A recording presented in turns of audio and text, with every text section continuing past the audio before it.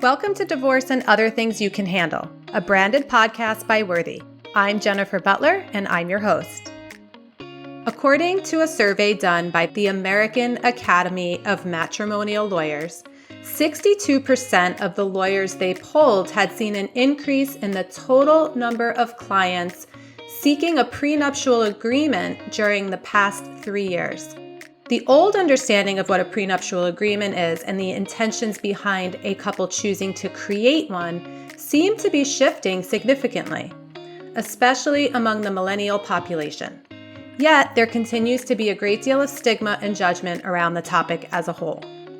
Andrea Vacca from Vacca Law and CreativeResolutionsBlog.com is here today to talk to us about why it is so important for us to begin having a more modern and thoughtful conversation around the topic of prenups. She says that a prenup can be a conscious way to enter into a marriage and a beautiful exercise in communication for the couple as they prepare to enter into a lifelong partnership together. I am excited to bring this conversation to all of you listening, as I know it will expand your mind and give you something new to consider. We're going to take a quick break, and then we'll be back with Andrea Vacca. When you sell a piece of jewelry, you can't control how much it's worth, but you can make sure that you're selling smart with a team of experts and advocates behind you at Worthy. Your engagement ring can be a financial asset that allows you to embrace a new and fulfilling life after divorce.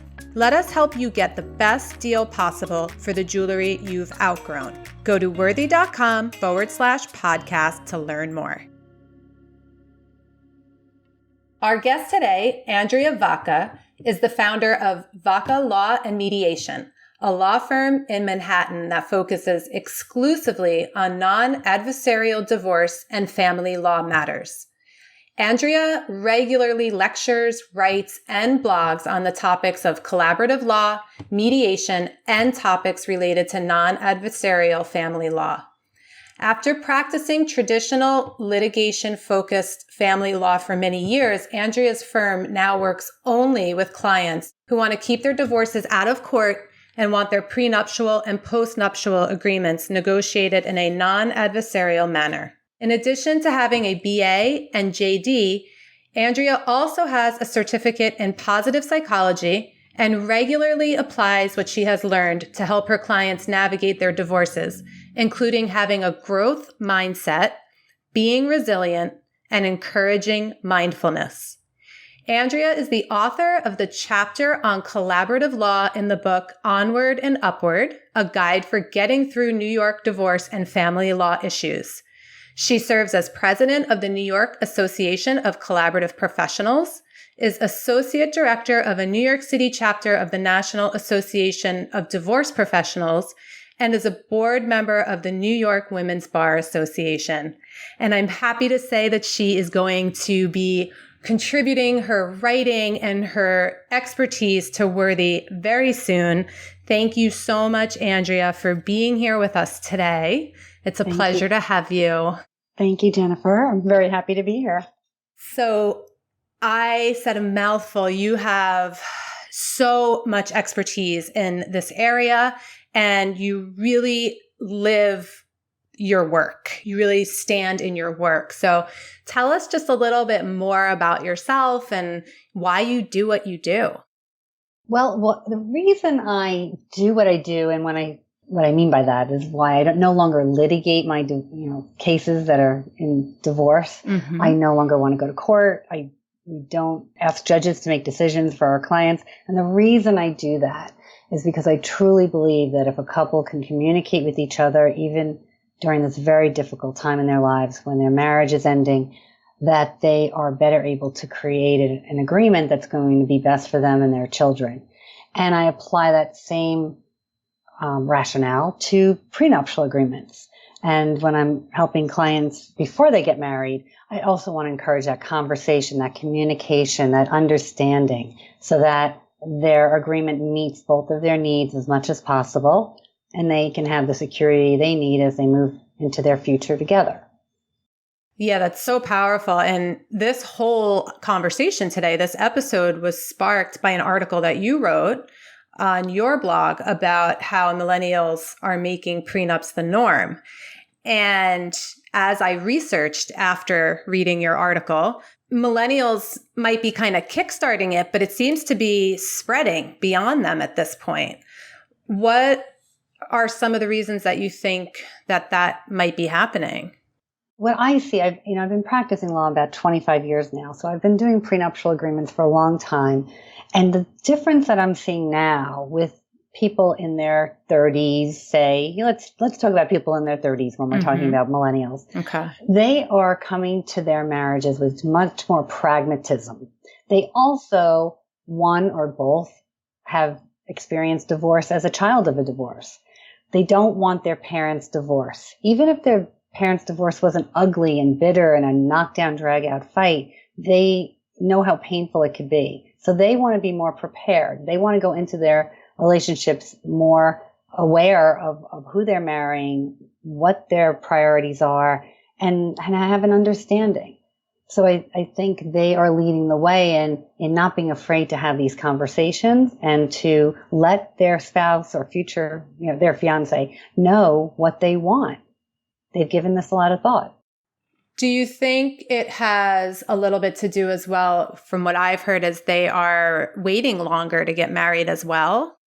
Yes, definitely. Because people who are marrying in their 30s or so, they have been working maybe 10 years or more. They have assets. They have retirement accounts. They've saved. Maybe they own homes. They have cars. They have less debt than they had maybe when I got out of college, but now they have different types of debt. Right. They're closer to thinking about having children. If they're going to have children, they're going to have to do it sooner than later. So they're more aware of real life. Right, right. They're not going into this blind and, thinking like they're finding their Prince Charming or, a princess to marry them. They're more realistic. Right. It's like it's less romanticized or something. Yeah. So this pragmatism, this desire to be prepared, it's really a brilliant way for them to be more conscious and more thoughtful about entering into marriage, this lifelong commitment. And you talk about it in a very unique way because you talk about prenuptial agreements and the process of getting married as something called conscious coupling. Right. And I love this. I love this idea. We've heard about conscious uncoupling, and I love that you're seeing this at the beginning as conscious coupling. So, what is that conscious coupling, and how do prenuptial agreements fit in to that idea? Well, conscious coupling, the way I think about it, is what we talked about before. You're not going into this blindly and you're finding your, knight in shining armor to save your life and take care of you forever. Conscious coupling is more, look, this is who I am. This is where I'm coming from. This is what's important to me. Tell me about you. I don't want to make assumptions. What are you thinking about for not just our wedding? People put so much thought into their wedding. Yeah. Not a lot into their marriage. So this is more talking about we're making this commitment to each other to get married and hopefully stay married forever. What does that mean to you? It's not just about the vows you say on your wedding day. It's how do you want to live your life? Let's talk about money. Everyone has a very different experience around money, and they're not making assumptions about the way I view money is the way you do. Right. People have very different reactions to debt, to saving, to spending. So you need to be more conscious and aware of who you're marrying in that regard, and talk about what your expectations are. About if we do have children, do we both plan to work? How much do we want to put into savings? What if we have different views? How will we balance that out? It might mean going to therapy before you get married, just to, fine tune any differences. So that's what I mean by conscious coupling, and why the prenuptial agreement can then capture all of these different ideas that you might have, and put it into legal terms so that if the marriage should end, it's not as difficult to end it. And hopefully the marriage won't end, and you're living your life and living your marriage with much more ease because you've talked about these things. Yeah, it seems that these are such big issues, and they're not even issues. They're just themes, right? They're just life. They're pieces of life that we all live with and really need to understand about each other. And it just seems like when things are wonderful and you're feeling so loving toward one another, that it really is the best time to talk about this stuff. Yes. And it's sometimes people start talking about this before they're even engaged. Yeah. Yeah. I've had a couple of clients that say, look, we want the prenup, then we'll get engaged. I give those people so much credit. They're really stepping up and talking about some hard things. But also, as soon as you get engaged, if you haven't had this conversation yet, do it then. Because not when the wedding is getting planned and your parents are putting this pressure on you and you don't know where everyone's going to be sitting and it's getting more expensive and the date is approaching and, life. Mm-hmm. The wedding planning, it's so stressful. So you don't want to have this conversation in the middle of all that. There's a lot of tears. It can be very difficult. So do it when you're happy, do it when things are calmer and you're excited about the future. Yeah. I feel like this really lines up with what kind of seems to be a bit of a shift happening, even in the type of love that people are looking for. It's less about that, falling and, from way back, being in a relationship to have two people, somebody working, somebody caring for children, like everything's shifting. And it seems like people are entering in more conscious ways, consciously choosing into love more than falling. Yes, I think you're absolutely right. And of course, this applies to all types of couples, whether they're heterosexual, homosexual. And sometimes they already have thought about who would, not work if we have children or how we'll juggle work and family. Sometimes they're pretty sure that it will be the lower earning spouse who happens to be, the husband or one of the husbands. Right. But in a heterosexual family, it could they say, well, we're pretty sure he's going to be staying home and wife in this family will be working more because I can make more. And that's a real shift. I like that. I haven't seen that in previous generations that I've worked with, that they're open to who might stay home and how this might work. So they're looking at all kinds of options together. Yeah. And so, what I love about the way you speak about this is that it really, I think some of the stigma around prenuptial agreements before has been, you're setting yourself up to fail, or how can you think about it ending? That's not real love. There was all these kind of stereotypes around it, and love isn't supposed to be pragmatic. But the way you talk about it is this really expansive way of loving each other. It feels so engaging and open and thoughtful and caring. It is. It's caring for each other and yourself, right? It's not putting somebody else first. It's not ignoring your gut and your needs. I don't think there should be any stigma around this at all. I think you should be proud if you engage in this kind of conversation with your fiance and have this difficult conversation at a time when you don't want to. No one wants to do this. Right. It's not fun to think about, but it pays off. I don't think there should be any stigma around prenuptial agreements. It is romantic because you're trying to have a better marriage. You're trying to, communicate more effectively and learn from how you're communicating now. So let fewer problems come up later. And what's really lovely about it is if your marriage does end, you've worked out so many things early on, there's less to fight about. Right. You can hopefully move on not hating each other. Your children won't be as damaged. You won't be fighting. You might still have a relationship with your in-laws and your extended family. Who knows what's possible? Yeah. But you're not destroying everything in its past because you didn't want to deal with it earlier, right? Right. It's like you're more likely to consciously uncouple if that is to happen. That's right. And I think that is more romantic, actually. Yeah, absolutely. So as a collaborative lawyer, how do you go through the prenuptial agreement process differently than just, let's say, a regular attorney? Yeah, so a regular attorney, a traditional attorney, traditionally, I'll talk about that first. So traditionally, prenups are presented in this way. The higher earning or the spouse with the higher net worth would go to his or her lawyer and say, I want a prenup. I want to protect myself. So this is about me protecting myself. So lawyer put together an agreement that will protect me, and then we'll present it to my fiance. Well, that's like the shock and awe, approach to prenups. It's not helpful at all. It's just devastating. Let's talk in a traditional way. Right. Man making, who has more money and then presenting to his fiancée who's a woman. She is devastated. Like, what is this? We've never talked about this. What does this mean? You've handed me 40 pages of this contract. I don't even know what this is. It's very, very difficult. That's the traditional way, and that still happens. And I don't encourage it at all. What I encourage is a more collaborative approach. And that means my client would come in and talk to me. And yes, maybe they're coming to me because, yes, they want to protect their assets.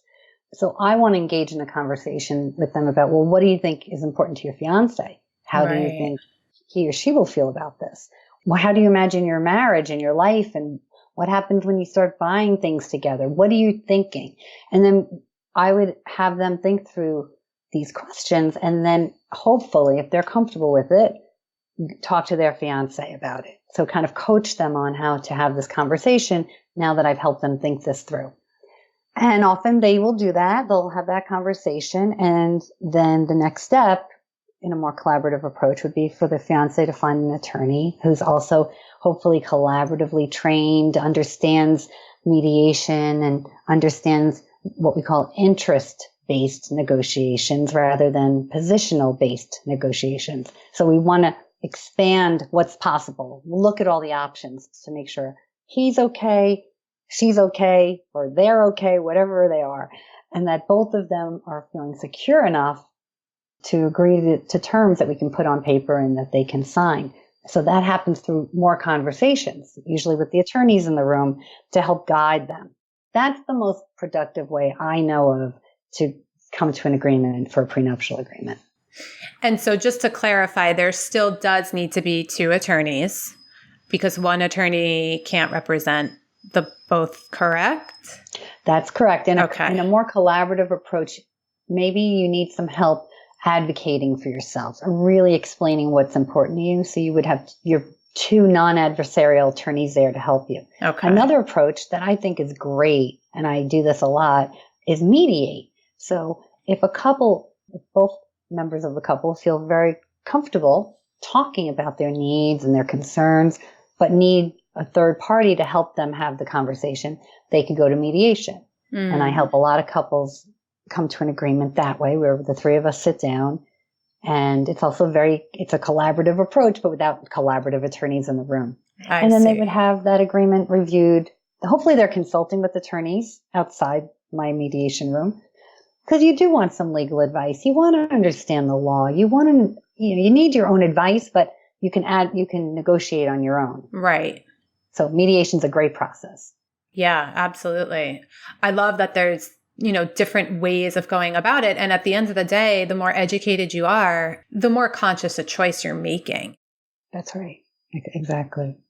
So we're going to take a quick little break here. And when we come back, we're going to talk about the prenup itself and, what the couple can choose to sort of put in that prenuptial agreement, because I think it's more than what people think. So we're going to take a quick little break, and then we're going to be right back with more from Andrea Vacca. When I decided to sell my jewelry after my divorce, the most important thing to me was finding a company that I could trust and one that would also advocate for me. I found this and so much more at Worthy. Their expert staff immediately put me at ease and helped me to get the best price possible for my jewelry. Your engagement ring can be a symbol of your freedom, your journey, and the choices you have made to live your life on your terms and create the future you desire. Let us help you get the best deal possible for the jewelry you've outgrown. Go to worthy.com/podcast to learn more. We're back with Andrea Vacca discussing a new understanding of prenuptial agreements and an idea created by Andrea called conscious coupling. And what I'd love to talk about now is the actual, the prenuptial agreement itself, and that it can include more than what I think most people tend to think. So what can go in there? So what can go into the agreement are all the traditional terms having to do with finances and how we'll define marital property and separate property. Well, I'm in New York, so we divide assets in a divorce and debt in a divorce based on equitable distribution. So we have to define marital and separate property. So your prenup can define those terms very broadly or very narrowly. So that we will definitely do that. So everyone will know if every dollar you're earning during the marriage is going to the marital pot or the separate pot, how you get credits back if you put money you had from prior to the marriage into a new home, what kind of return on your investment you get. For example, is it dollar for dollar, or is it based on an increase in value of the investment that you made? Right. We would talk about spousal support. Will it be waived? Will it be paid?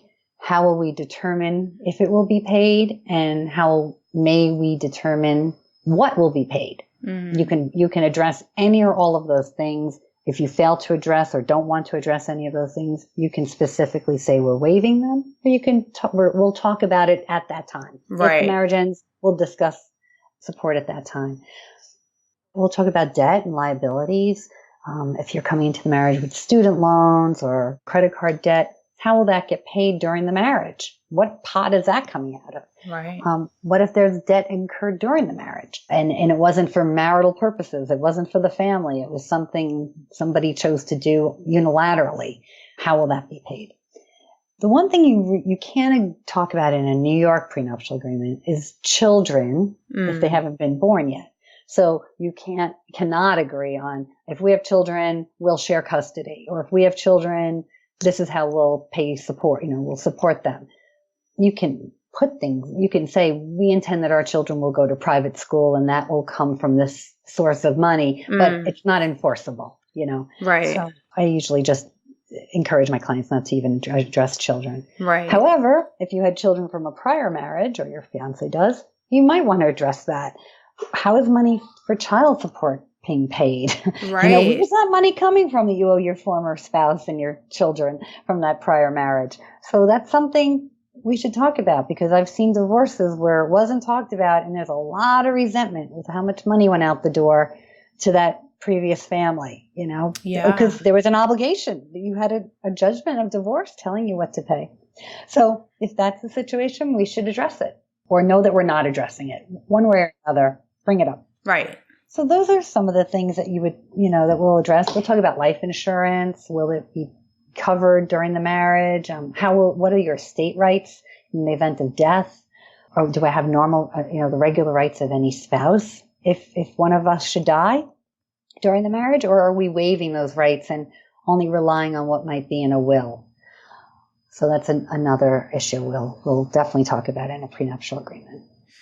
It's interesting as I'm listening to you speak about all these topics, what's coming to me is that not only does this prepare if, let's say, God forbid, they end up deciding not to stay together and consciously uncouple, but I would imagine that it also removes some of that, conflict that occurs throughout marriage. Yeah. While people are married, it seems like there's so much argument about money and where, past child support or spousal support, all these things that couples tend to fight about during the marriage. Everything that you're speaking about really kind of lays the groundwork for removing that, that challenge in the marriage. It does. If a client comes in and I hear some of these trigger issues that they're not understanding could be such triggers later. Now everything seems fine. We definitely want to, I want to encourage them to think this through. What will it feel like? What will it, during the marriage or after. Sometimes a couple knows that they might be relocating. Well, let's think about that. Will you be able to work in the new location if it wasn't your choice or your job that's moving you?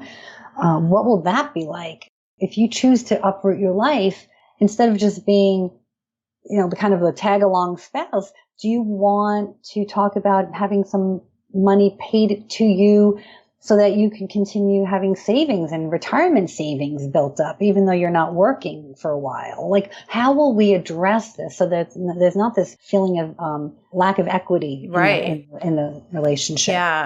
Yeah. So we'll think ahead. I like to help my clients kind of think ahead, not about every possible situation, of course, but what we know or can pretty much guess might happen. Yeah, really going in with a very clear vision, which is really powerful. So for any of our listeners that are considering a prenuptial agreement, and hopefully their minds are expanding and kind of opening up to this idea, what do they need to begin doing? Well, the first step would be to let your fiance know that you want a prenuptial agreement. Test the waters. See what, have the conversation in a place, face-to-face conversation. I wouldn't suggest, doing this when you're fighting or when you're drunk. I don't know. Just like in a calm way, like, let's talk about this. Have you ever thought about it? Like, see what they're thinking. And when you're sure that you want one, or if you're thinking you might, contact an attorney as soon as possible. As soon as possible, that's close to the engagement date. Maybe it's before, like some of those couples I mentioned, but hopefully soon after the engagement. And I would suggest at least 6 months before the wedding date, if possible. Right. If you have that much time, you want to use it effectively. Talk to an attorney. And then be involved in the negotiations. Don't be that man or woman that says, hey, lawyer, draft this prenup, and then you go talk to that other lawyer and you two work it out. That still happens. I still have spouses of my clients who do that. I don't recommend it, that the attorneys work it out. Right. This isn't our marriage, it's your marriage. Yeah. And then make the agreement as simple as possible. Now you might be going, wait, didn't she just go into all these details about what can be in a prenup? But it's going to be tailored to your life. So not everything I mentioned might be in one prenup. Some might go on one track, some on another. But overall, you want to make it as simple as possible and not get too in the weeds on any of the issues. Remember, this is your life. It's your relationship. It's not your parents' marriage. It's not your friends. It's not your coworkers. Like that Greek chorus that will be there to help you. Maybe saying, why do you want a prenup? It's not romantic. Or make sure you don't give her anything. Right. That's the other one. You don't want to listen to those people. Just listen to yourself as much as you can. And then prepare a list of assets and liabilities. You want to be really clear on what you owe and what you own and what might be coming. Talk to your parents. Might you be inheriting something soon? Are they going to be giving you gifts during their lifetime? Do they already know you're in your grandmother's will and you're going to be getting some inheritance? I mean, try to find out about the future as much as you can so that this agreement can help you with that planning. There's a lot of other things you should do with all the issues that we talked about previously that can go into your prenup. You want to start giving them some thought with the help of your lawyer, perhaps just with conversation with your fiance. The other thing is think about how long you want the prenup or certain parts of the prenup to be in effect. So sometimes people will have what we call sunset or sunrise clauses. A sunset clause might be, if we're married for 5 years or 10 years, after that, this prenup goes away. Like we're going to share all our property. It sunsets. Sometimes it's a sunrise clause. Like you're not going to be entitled to any of my assets until we've been married at least a certain amount of time. Then everything's 50-50. So it can go one way or the other. Right. So think about if sometimes people need more security. Yeah. And think, look, I really want to make sure she's marrying me for the right reason or that we're making the right decision. Right. Sometimes the issue of children will play a role in that time frame. Right. So those are the things I would suggest thinking about. And then your attorney would have a longer checklist of really all the issues that a prenup can cover. There's so many different things. We touched on them here, but there's more details in all those categories. And so just to highlight, though, do you suggest that people sort of keep their ears open and search for a collaborative attorney? Is that an attorney who's going to be more open to really coaching them through the process and being less adversarial about it and more of a sort of conscious way of going about it? Absolutely. Okay. If you can find a collaborative attorney, they just know how to help their clients think in a broader way about what's important to both parties. Yeah. Not just a one-sided agreement. So it'll be so much easier. If that's the kind of marriage you want and that's the kind of agreement you want, that's the kind of attorney I would encourage you to find.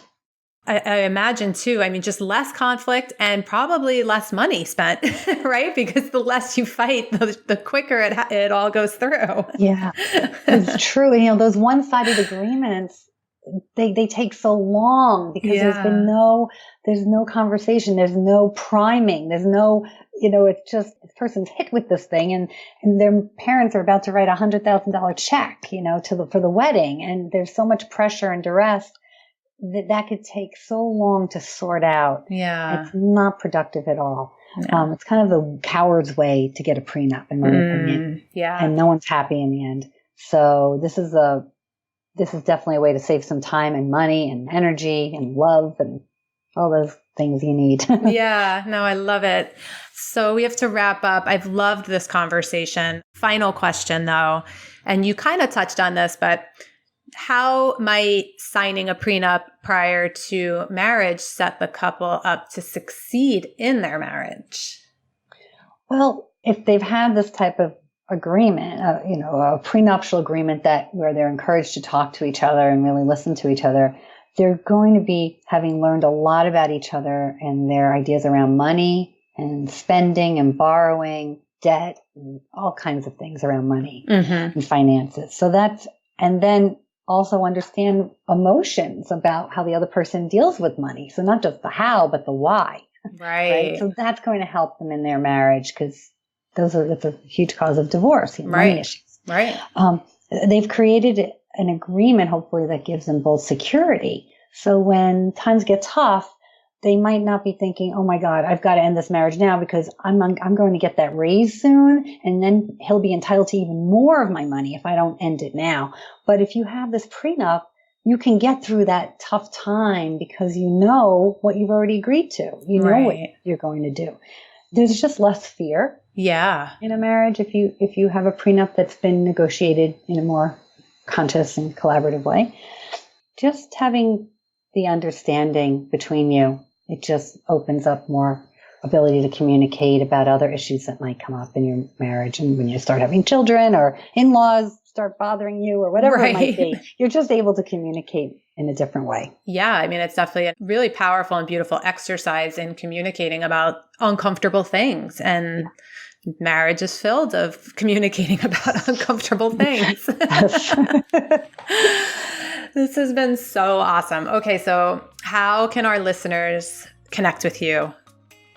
Well, they can connect with me and find me through my website. It's vaccalaw.com, VACCALAW.com. They can call me at my office in New York, 212-768-1115. And they can find me on Facebook, on LinkedIn. But probably the best is to reach me through my website. Thank you to Andrea Vacca for joining us and to all of you for listening.